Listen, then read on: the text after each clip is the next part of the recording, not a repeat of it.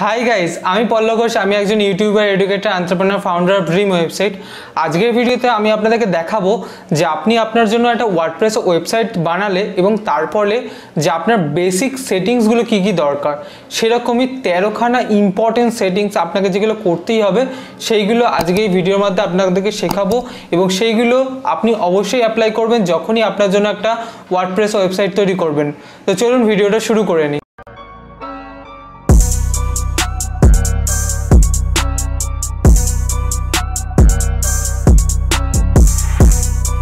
এখন আমি আমার ওয়েবসাইটের ব্যাকএন্ডে চলে এসেছি। এটা ওয়ার্ডপ্রেসের ব্যাকএন্ড। আপনারা এর আগের ভিডিওগুলো দেখলে জানতে পেরে যাবেন যে আপনারা কীভাবে একটা ওয়ার্ডপ্রেস ওয়েবসাইট তৈরি করতে পারেন, ই কমার্স ওয়েবসাইট তৈরি করতে পারেন, পোর্টফোলিও ওয়েবসাইট তৈরি করতে পারেন, কী করে তৈরি করতে পারবেন সেগুলো পুরোটাই আমার ওয়ার্ডপ্রেস ওয়েবসাইট ক্রিয়েশন কোর্সের ভিতরে দেওয়া রয়েছে। সেগুলো আপনারা চেক আউট করে জানতে পেরে যাবেন। এখন বেসিক সেটিংসটা আমরা জেনে নেবো যে কী কী আমাদের দরকার। তো আমরা প্রথমে আমাদের ইউজার নেম সেইটা আমরা সেট করে নেব। তো আমরা এখানে ইউজারে আসবো এবং ইউজারে এসে ইওর প্রোফাইল এখানে ক্লিক করব। এখানে ক্লিক করে আমরা কি জানতে পারবো আমাদের সম্পর্কে এখানে যেই তথ্যগুলো দেওয়া রয়েছে সেগুলো আপনি কি কি দিতে চান। তো সেখানে আপনি দেখুন যে আমার নাম দেওয়া রয়েছে এবং একটা নিকনেম দেওয়া রয়েছে এবং নিকনেমটা কিন্তু আমার নামের সাথে যাচ্ছে না। আমার নাম কিন্তু পল্লব ঘোষ এবং নিকনেম এটা দেওয়া রয়েছে। ওয়ার্ডপ্রেসে কি সমস্যা, আপনার ওয়েবসাইটের পরে একটা WP অ্যাডমিন একটা সেকশন থাকবে, সেটা দিয়ে আপনার যে কেউ আপনার ওয়েবসাইটে ব্যাকএন্ডে লগ ইন করতে পারে। সেই ক্ষেত্রে আপনাকে এমন একটা আপনার জন্য লগ ইন আইডি দিতে হবে যেটার মাধ্যমে আপনি লগ ইন করতে পারেন।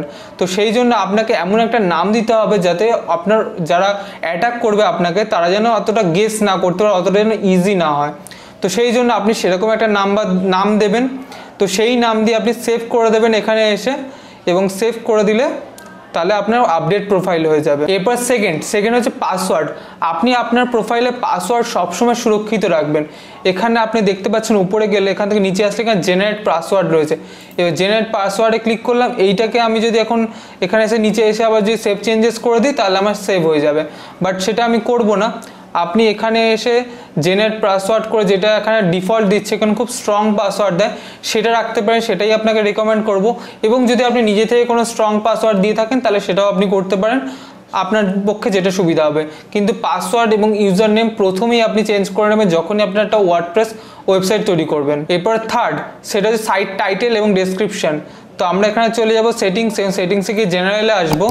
এটাকে আমরা লিভ করে দিলাম কারণ এটা সেভ করিনি আমরা এই পাসওয়ার্ডটাকে, সেই জন্য আমরা সেটিংসে জেনারেলে ক্লিক করলাম। তো আমার ওয়েবসাইটের জেনারেলের সেটিংসে এসে এখানে আপনারা দেখতে পাচ্ছেন যে কিতাব বেস্ট জিন্স শপ লেখা রয়েছে। সাইট টাইটেল এই দেখুন এখানে সাইট টাইটেল দেওয়া রয়েছে এবং তারপর ট্যাগলাইন কী রয়েছে, best garments company in India. তো এখানে দেওয়া নেই, এখানে আছে একটুখানি বেস্ট। তার এখানে কিওয়ার্ড দেওয়া রয়েছে, সেটা কীভাবে ওয়েবসাইটে এসইও করতে হয় সেই জন্য আমি চেঞ্জ করেছিলাম বলে তাই জন্য ওটা দেওয়া রয়েছে। আপনারা যদি আপনার ওয়েবসাইটে এসইও করতে হয় কীভাবে শিখতে চান তাহলে সেই ভিডিওটা অবশ্যই দেখে নেবেন এবং সেটা আপনার ডিসক্রিপশনে বা আমার প্লেলিস্টে গেলে চেক আউট করতে পারেন ওয়ার্ডপ্রেস কোর্স প্লেলিস্টে। তো সেই ক্ষেত্রে আপনাকে এখানে সাইট টাইটেল এবং ট্যাগলাইন এই দুখানা চেঞ্জ করা আপনার পক্ষে খুবই ইম্পর্টেন্ট। তো সেটা এখানে এসে আপনাকে সেভ চেঞ্জেস করে নেবেন। তারপরে ফোর্থ হচ্ছে পারমালিঙ্ক। পারমালিঙ্কের জন্য আমরা এখানে আসবো সেটিংসে রয়েছে, সেটিংসে এসে পারমালিঙ্কে এখানে ক্লিক করব। তো এখানে ক্লিক করার পর আমরা দেখবো যে পারমালিঙ্ক মানে কি সেটা বুঝবো। তো এখানে যখন চলে এসেছে এখানে দেখুন আমি এখানে পোস্ট নেম এটাকে সেভ করে রেখেছি, এটা সেভ চেঞ্জেস করে সেভ করে পোস্ট নেম। এটার মানে কি, সাপোজ এটা আমার ওয়েবসাইট, তো আমি এখানে যদি কন্ট্যাক্টে ক্লিক করি তো কন্ট্যাক্টে ক্লিক করে কি দেখবো আমার ওয়েবসাইট স্ল্যাশ দিয়ে কন্ট্যাক্ট দেখাবে বা কন্ট্যাক্ট আস দেখাবে। তো এর বদলে যদি আপনি এখানে অন্য কিছু সেভ করতেন, সাপোজ এখানে নিউমেরিক বা এখানে মান্থ অ্যান্ড ডেট দিয়ে এগুলো যদি সেভ করেন তাহলে কিন্তু একটা সাধারণ মানুষ যদি আপনার ওয়েবসাইটে ডিরেক্ট ওই পেজটা খুঁজতে চায় সেটা খুঁজে পাবে না, বা আপনি যখন গুগল ইন্ডেক্সিং করবেন তখন গুগলের পক্ষে খুব কষ্টকর হবে সে ওই পেজটাকে র্যাঙ্কিং উপরে নিয়ে আসতে। সেই জন্য আপনাকে পারমালিঙ্ক একদম ঠিকঠাক রাখতে হবে। দেখুন এখানে আমার ওয়েবসাইট রয়েছে, তারপরে স্ল্যাশ দিয়ে কন্ট্যাক্ট লেখা রয়েছে। তো সেক্ষেত্রে আপনাকে পারমালিঙ্কটা অবশ্যই ঠিকঠাক করে রাখতে হবে। ফিফথ এরপরে আপনাকে করতে হবে ক্যাটাগরিটা ঠিক করতে হবে, ডিফল্ট ক্যাটাগরিটা। আপনি এখানে পোস্টে আসবেন এবং পোস্টে এসে এখানে আপনি দেখতে পাচ্ছেন ক্যাটাগরি লেখা রয়েছে, ক্যাটাগরিতে ক্লিক করলাম এবং ডিফল্ট ক্যাটাগরিটাকে চেঞ্জ করার আগে আপনাকে ডিফল্ট ক্যাটাগরিটা লিখতে হবে। যেমন এখানে আমার দুখানা ক্যাটাগরি রয়েছে, বুক এবং বুক রিভিউ। এর মধ্যে যে কোনো একটাকে আমি ক্যাটাগরি বানাবো, ডিফল্ট ক্যাটাগরি বানাবো। তো সেক্ষেত্রে আমি এখানে চলে যাবো সেটিংসের পরে রাইটিংয়ে এবং রাইটিং আসার পর আপনারা দেখতে পাচ্ছেন এখানে ডিফল্ট পোস্ট ক্যাটাগরি এখানে লেখা আছে বুক রিভিউ, মানে আমি যখনই কিছু পোস্ট করি সেটা বুক রিভিউ পেজে চলে যাবে বা বুক রিভিউ ক্যাটাগরিতে চলে যাবে। তো সেটাকে আপনাকে ঠিক করে নিতে হবে। যদি আপনার কোনো একটা ব্লগ ওয়েবসাইট হয়ে থাকে এবং ব্লগ ওয়েবসাইট কীভাবে বানাতে সেটা নিয়ে আমার ভিডিও রয়েছে, সেটাও আপনার চেক আউট করে নিতে পারেন।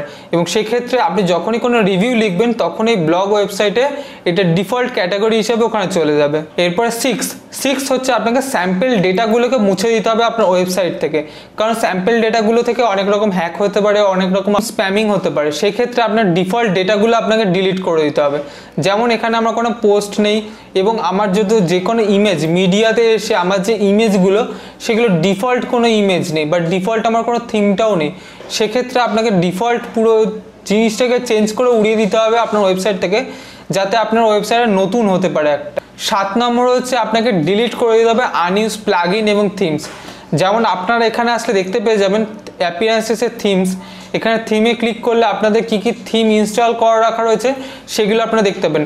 এইটা ডিলিট করে দেওয়ার তার কারণ কি, এখানে দেখুন একটা থিম এক্সট্রা পড়ে রয়েছে, তো এখানে আমি আসবো এবং এখানে এসে ডিলিট করে দেবো। তো এই ডিলিট করে দিলাম, এই থিমটা ডিলিট হয়ে গেল। কারণ কি, আমি এখানে যত থিম রাখবো আনইউজ, কারণ ওটা আমার তো ইউজে আসছে না, তো এরকম আনইউজ যত থিম রাখবো সেইগুলো আমার হোস্টিং সার্ভারে বেশি জায়গা খাবে। তো সেই জন্য আপনি সেইগুলো ডিলিট করে দেবেন। এবং তারপরে প্লাগইন এবং প্লাগইনে এসে ইনস্টলড প্লাগইন যেগুলো আপনার ইনস্টল করা রয়েছে সেইগুলো, যেগুলো আপনি ইউজ করছেন না, যেগুলো আপনি ডিঅ্যাক্টিভেট করে রেখেছেন সেইগুলো আপনি ডিলিট করে দেবেন। দেখুন এখানে আমার কোনো ডিঅ্যাক্টিভেট করা নেই, কোনো প্লাগইন সবই অ্যাক্টিভেট করা রয়েছে, তো এখানে আমি কিছু ডিলিট করব না। বাট আপনার যদি কোনো ডিঅ্যাক্টিভেট করা থাকে কোনো প্লাগইন, সেইগুলো আপনি ডিলিট করে দেবেন, না হলে আপনার হোস্টিংয়ে আরও বেশি জায়গা নেবে এবং সেটা আপনার ওয়েবসাইট স্লো করে দিতে পারে, সেটা সবসময় মাথায় রাখবেন। 8 যেটা হচ্ছে ইনস্টল করবেন একমাত্র নেসেসারি প্লাগইনগুলো। যেমন সাপোজ আপনার নেসেসারি প্লাগইনের মধ্যে পড়ছে Cloudflare, Elementor, iThemes security, Jetpack, Site Kit, Google Smush, starter template, Updraft Plus, W3 Total Cache, Yoast SEO. এইগুলো হচ্ছে আপনার নেসেসারি প্লাগইন। আপনার একটা ওয়েবসাইট তৈরি করতে গেলে বেসিক এইগুলো দরকার হয়ে থাকে, তো সেই ক্ষেত্রে আপনাকে নেসেসারি প্লাগইনগুলো আপনাকে ইনস্টল করে রাখতে হবে, তাহলে আপনি ওয়েবসাইটটাকে আরও ভালো করে আপনি সুন্দর করে তৈরি করতে পারবেন। 9 নম্বর হচ্ছে আপনার সেটিংসে এসে আপনাকে কমেন্টগুলো অ্যালাউ করে রাখতে হবে। যেমন আপনি এখানে সেটিংসে আসবেন এবং সেটিংসে এসে রিডিংয়ে ক্লিক করবেন। এই সেটিংসে এসে রিডিংয়ে এসে অ্যালাউ কমেন্টে ক্লিক করে রাখবো কেন আমরা, কারণ আপনারা যদি কেউ ব্লগ ওয়েবসাইট বানান আপনাদের নিজেদের জন্য, সেক্ষেত্রে এখানে এই পেজটা নেই, সেক্ষেত্রে আপনার কি হবে, যদি আপনার কমেন্ট যদি না আসে বা আপনাকে যদি কেউ কমেন্ট করে না জানায় যে আপনি কেমন লিখছেন, সেক্ষেত্রে আপনার কিন্তু ইমপ্রুভমেন্টটা হবে না। সেই জন্য আপনাকে কমেন্ট অপশানটাকে অন করে রাখতে হবে, তাতে কি আপনি বুঝতে পারবেন যাতে আপনার ওয়েবসাইটটা গুগলে র্যাঙ্কিং হচ্ছে এবং সেটা থেকে লোকে দেখতে পাচ্ছে। সেই জন্য কমেন্ট পোস্টটা অবশ্যই অ্যালাউ করে রাখবেন। যেমন এখানে দেখুন allow people to submit comment on new post, এটাকে আমি অ্যালাউ করে রেখেছি, তাহলে কারণ হচ্ছে যেখানে আমার যদি কেউ নতুন কেউ কমেন্ট করে তাহলে এখানে চলে আসবে আমার ওয়েবসাইটে, সেটা আমরা দেখতে পাবো। 10 নম্বর হচ্ছে আপনাকে রেজিস্ট্রেশন অন করে রাখতে হবে। সেটা সেটিংসে এসে আমরা এখানে জেনারেলে ক্লিক করব এবং জেনারেলে এসে রেজিস্ট্রেশন কেন অন করে রাখবো, তাহলে আমাদের এখানে ইউজার বেস বাড়বে এবং যত ইউজার বেস বাড়বে তখন আপনি যদি কোনো আপনি নিউজ লেটার দিয়ে থাকেন বা আপনি যদি বিভিন্ন জিনিস দিয়ে থাকেন তাহলে সেটা তাদের কাছে পৌঁছাবে। এখানে এসে সাবস্ক্রাইবার যে অপশানটা রয়েছে, সাবস্ক্রাইবার এই অপশানটাকে আপনি এবং এনিওয়ান ক্যান রেজিস্টার এইটাকে ক্লিক করে রেখে দিয়ে আপনি এখানে সেভ চেঞ্জেস করে দেবেন। তাহলে কি হবে, যে কেউ এসে আপনার ওয়েবসাইটে লগ ইন করতে পারে এবং তার ফলে সে আপনার ওয়েবসাইটে পোস্ট করতে পারবে কিছু, তো সেটা আপনাকে মাথায় রাখতে হবে। এবং তারপরে 11 নম্বর সেটিংস যেটা হচ্ছে, সেটা আপনাকে টাইমিং জোনটাকে ঠিকঠাক রাখতে হবে।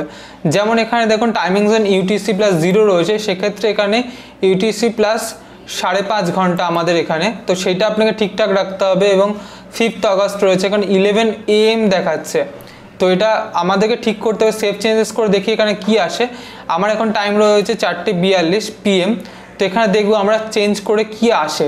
তা সেক্ষেত্রে আপনারা জানতে পেরে যাবেন যে এখানে টাইমটা খুব ইম্পর্টেন্ট, কারণ আপনি যখন কোনো পোস্ট করছেন কোন টাইমে পোস্ট করছেন তাহলে সেই মুহূর্তে আপনার পোস্টগুলো আপনার ভিউয়ারদের কাছে পৌঁছাবে। তো এখানে যখন দেখুন আমি টাইমটা চেঞ্জ করে দিলাম 5.5 ঘন্টা পরে, তখন আমার 4:42 এবং এখানে 4:42 ম্যাচ করে গেল। তো সেক্ষেত্রে আপনার টাইমিংটা চেঞ্জ করে রাখতে হবে। এবং 12 নম্বর যেটা হচ্ছে, সেটা আপনার উইজার্ডগুলো থাকে, অনেক কিছু উইজার্ড বলে একটা থাকে অপশান, যেগুলো আপনার ওয়েবসাইটের রাইট সাইড আর লেফট সাইডে আপনাকে দেখায় যে আপনার এই জিনিসগুলো রয়েছে, সেইগুলো আপনি চাইলে রাখতেও পারেন এবং নাও রাখতে পারেন। এখানে দেখুন আমি কোনো কিছুই রাখিনি, তো এখান থেকে আমি যদি কোনো উইজার্ড রাখতে চাই তো সেক্ষেত্রে আমি সাপোজ আমি এখানে আর্কাইভটা এখানে যদি দিয়ে দিই, এবং ক্যালেন্ডারটাও এখানে দিয়ে দিই। তো এইগুলো পরপর আমি এখানে যদি রেখে এখানে যদি সেভ দিয়ে দিই তাহলে কিন্তু আমার এখানে আমার ফ্রন্ট এন্ডে ওয়েবসাইটের ফ্রন্ট এন্ডে সেগুলো শো করবে। তো সেই ক্ষেত্রে এইগুলো আপনার ফ্রন্ট এন্ডে চেঞ্জ হয়ে যাবে। তো সেইগুলো আপনি রাখবেন কি রাখবেন না আপনার ব্যাপার, আপনার উপর ডিপেন্ড করছে, বাট আমি কখনোই উইজার্ড ইউজ করি না, সেক্ষেত্রে আমি এগুলো প্রত্যেক করে ডিলিট করে দেবো। এবং লাস্ট যেটা হচ্ছে আপনাকে আপনার প্লাগইনস এবং থিমস এই দুটো জিনিস সবসময় আপডেটেড রাখতে হবে। যেমন দেখুন আপনি এখানে যদি আসেন তাহলে আমার কিছু আপডেটের দরকার বলছে, এখানে কিন্তু আপডেটের দেখার দরকার বলছে। এখানে দেখুন যে এইখানে যদি আমি ক্লিক করি তাহলে আমার যে থিম এবং প্লাগইনসগুলো যেগুলো আপডেট করা নেই সেগুলো আমাকে আপডেট করতে হবে। তার কারণে যত বেশি আপনি আপডেটেড রাখবেন আপনার প্লাগইনস এবং থিমস, সেগুলো নতুন ফিচার্স তো আপনি পাচ্ছেন, এবং যদি আপনার পুরনো যে জিনিসগুলো রয়েছে তাতে যদি কোনো বাগস থেকে থাকে তাহলে সেগুলো উড়ে যাবে। তো সেক্ষেত্রে আমি এখানে এসে অল প্লাগইনস সিলেক্ট করলাম এবং আপডেট প্লাগইনস করলাম। এর মধ্যে যেগুলো চেঞ্জ হওয়ার জন্য সেগুলো চেঞ্জ হয়ে যাবে এবং সেগুলো আপডেট হয়ে যাবে। সো গাইজ, আই হোপ আপনাদের এই ভিডিওটা ভালো লেগেছে, এবং ভিডিওটা ভালো লেগে থাকলে আপনি ভিডিওটা অবশ্যই লাইক করবেন, শেয়ার করবেন এবং কমেন্ট করে জানাবেন যে আপনাদের কেমন লাগলো, এবং ওয়ার্ডপ্রেস ওয়েবসাইট বানাতে পারছে কিনা অবশ্যই কমেন্ট বক্সে লিখে জানাবেন। এবং ওয়ার্ডপ্রেস ওয়েবসাইট বানিয়ে নিয়ে এই সেটিংসগুলো অবশ্যই চেক আউট করবেন এবং সেগুলো চেঞ্জ করে নেবেন। And don't forget to follow me on Instagram @IamPallab Ghosh, and please subscribe to my channel for no more information about advanced digital marketing in Bangla. Thank you.